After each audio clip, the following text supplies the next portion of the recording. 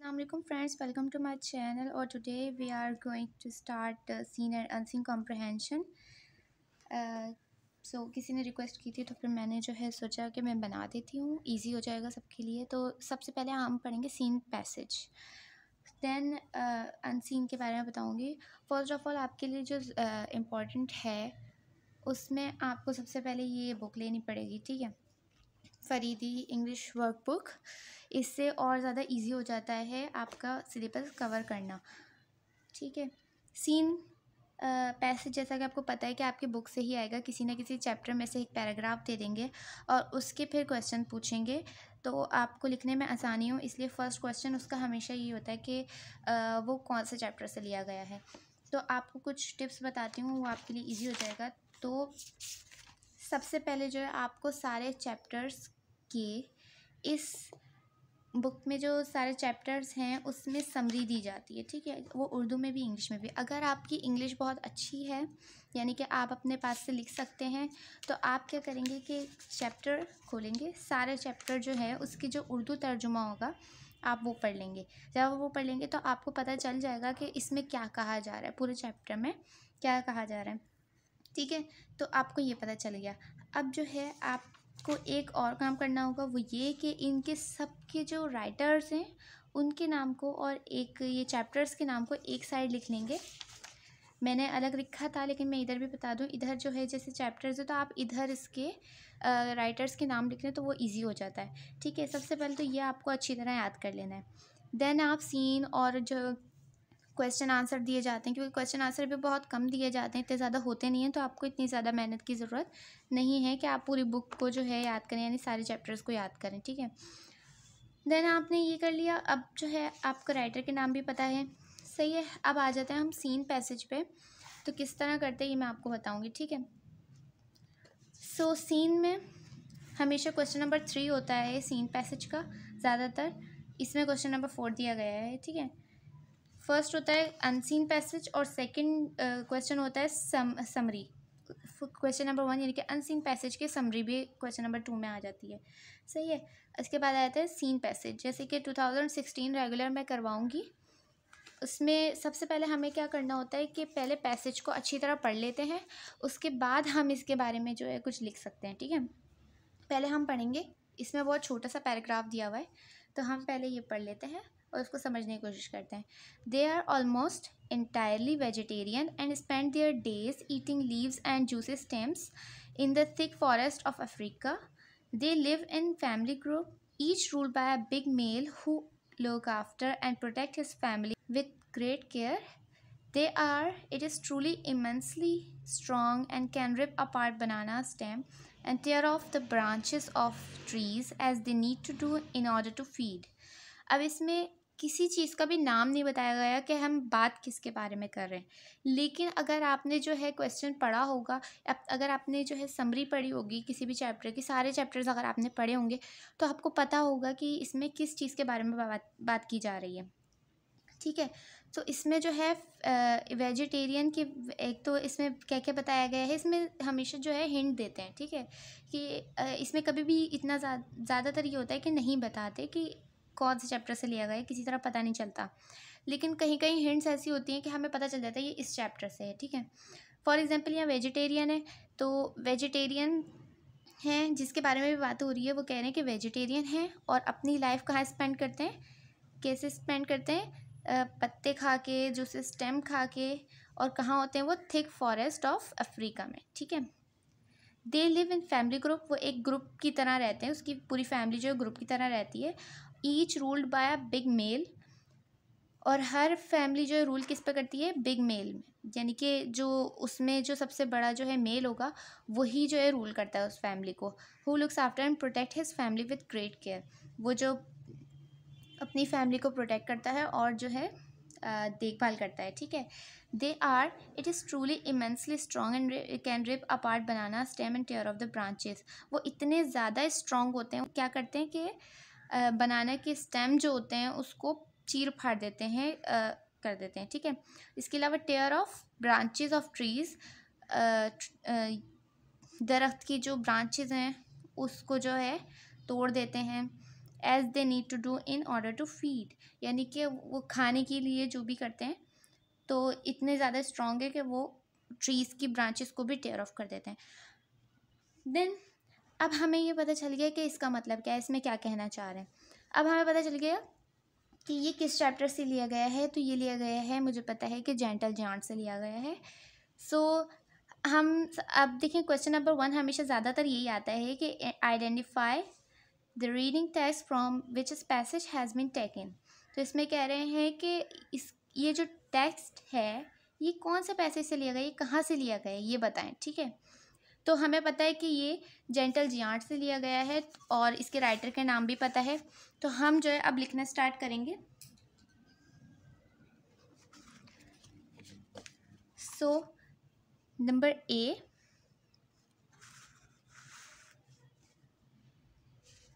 हम लिख देंगे द टेक्स्ट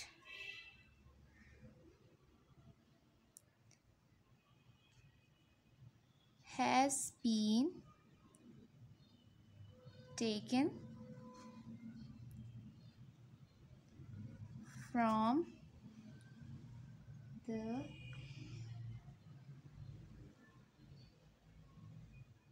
gentle giants, ये चैप्टर का नाम है। और इसके आगे हम लिख देंगे which is written by David Attenborough।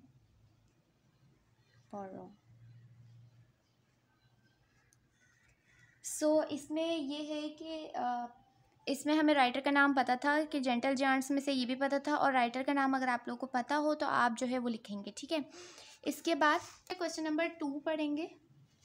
To whom does a pronoun they used as a opening word of the extract refer। तो इसमें कह रहे हैं कि इसमें ये जो दे कहा गया है इस पूरे पैसेज में, इसमें नाम तो बताया नहीं है किसके बारे में बात कर रहे हैं। तो दे जो बताया गया है इसका मतलब क्या है, हम किसको रेफ़र कर रहे हैं, वो मतलब किसके बारे में कह रहे हैं, आपको ये बताना है। सो हमें पता है कि ये जेंटल जायंट्स के बारे में कह रहे हैं। तो हम लिखेंगे, इसका आंसर लिखेंगे B.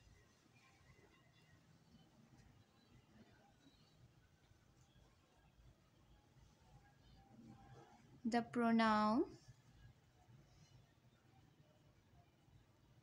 they used as the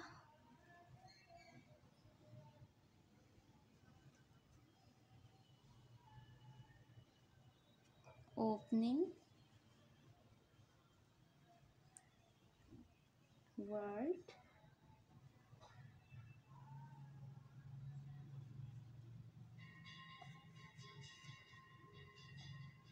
of the extract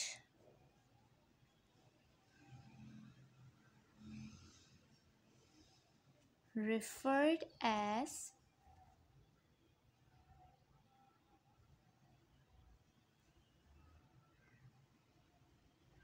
gorillas, क्योंकि जेंटल जायंट्स जो है गोरिल्लास ही होते हैं।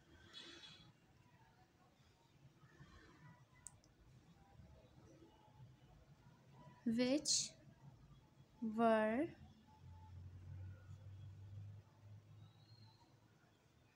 complemented by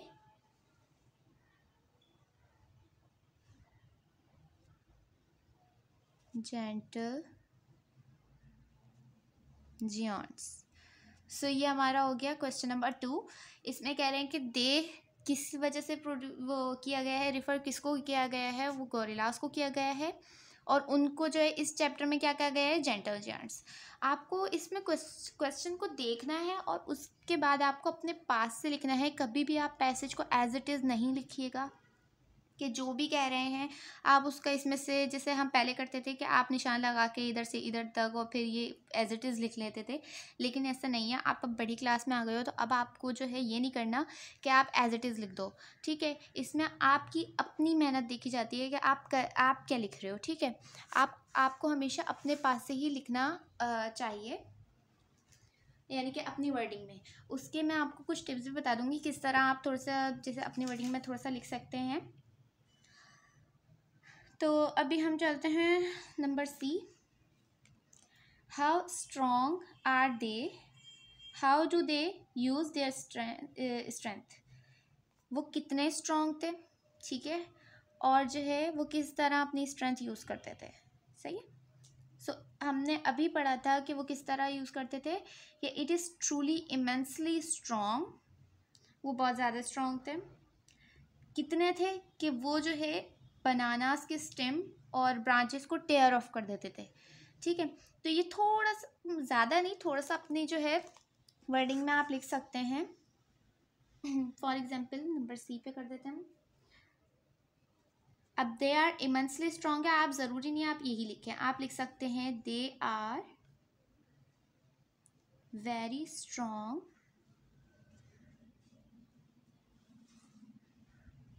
और इसके आगे आप they can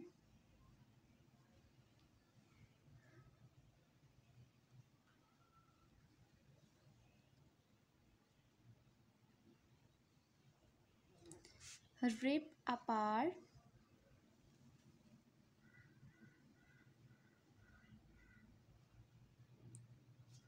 banana stems and tear off the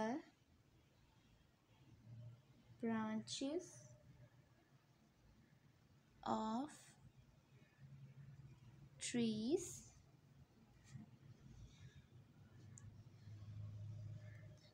in order to feed। अब इसमें देखिए एज इट इज़ मैंने नहीं लिखा, लेकिन थोड़ा सा चेंज करके लिख दिया है। और कभी कभी होता है कि इसमें कुछ ना मुश्किल अल्फाज दे देते हैं, डिफ़िकल्ट वर्ड्स दे देते हैं, तो उसकी मीनिंग्स आप थोड़े से इजी वर्ड में भी लिख सकते हैं। थोड़ा चेंज करके हमेशा लिखना चाहिए, ठीक है। तो मैंने द इमेंसली स्ट्रॉन्ग नहीं लिखा, मैंने लिखा they are very strong, they can rip apart banana stem. और मैंने पूरा एज इट इज़ नहीं लिखा, लेकिन as they need to do ये मैंने नहीं लिखा, मैंने लिख दिया इन ऑर्डर टू फीड, इसको शॉर्ट करके लिख दिया, ठीक है। तो इस तरह करते हैं। देन लास्ट हमेशा ग्रामर का होता है ज़्यादातर। लास्ट क्वेश्चन जो होता है D, trace out the word in the extract with the meaning given below. इसमें क्या करना है कि इसकी मीनिंग जो है एक्सट्रैक्ट करनी है, वो भी पैसेज से, ठीक है। ये जो वर्ड्स आपको दिए हुए हैं इसकी जो है यानी कि इसकी और उस वर्ड दूसरे वर्ड की मीनिंग एक ही जैसी होनी चाहिए, ठीक है, मैच करने चाहिए। तो हमें इस पैसेज में से ऐसे वर्ड निकालना है जो कि इससे मैच करें। नंबर 1 देख लेते हैं हम। नंबर 1 हम इससे इस तरह कर देती हूँ अभी मैं, ये डी का है। Number 1, the stock of the plants. अब इसको the stock of the plant हमने द प्लांट्स की जो स्टॉक होती है उसे कहते हैं क्या है, ठीक है, तो उसे कहते हैं हम ब्रांचेस, सही है। स्टॉक का मतलब है डंडी, यानी कि प्लांट्स की जो डंडी होती है, यानी कि ये एक तरह से कहाँ करूँ, ये जो प्लांट है इसकी ये जो एक तरह से अलग से डंडी आती है, इस तरह स्टेम कहते हैं इसे एक तरह से, तो इसको हम ब्रांचेस भी कहते हैं, ठीक है। सो ब्रांचेस है, the stock of the plant is equal to, यानी कि इसको हम क्या भी कहते हैं, ब्रांचेस, तो हम ये लिख देंगे। नंबर 2 दिया हुआ है, one who Yeats vegetable foods, one who eats vegetable foods।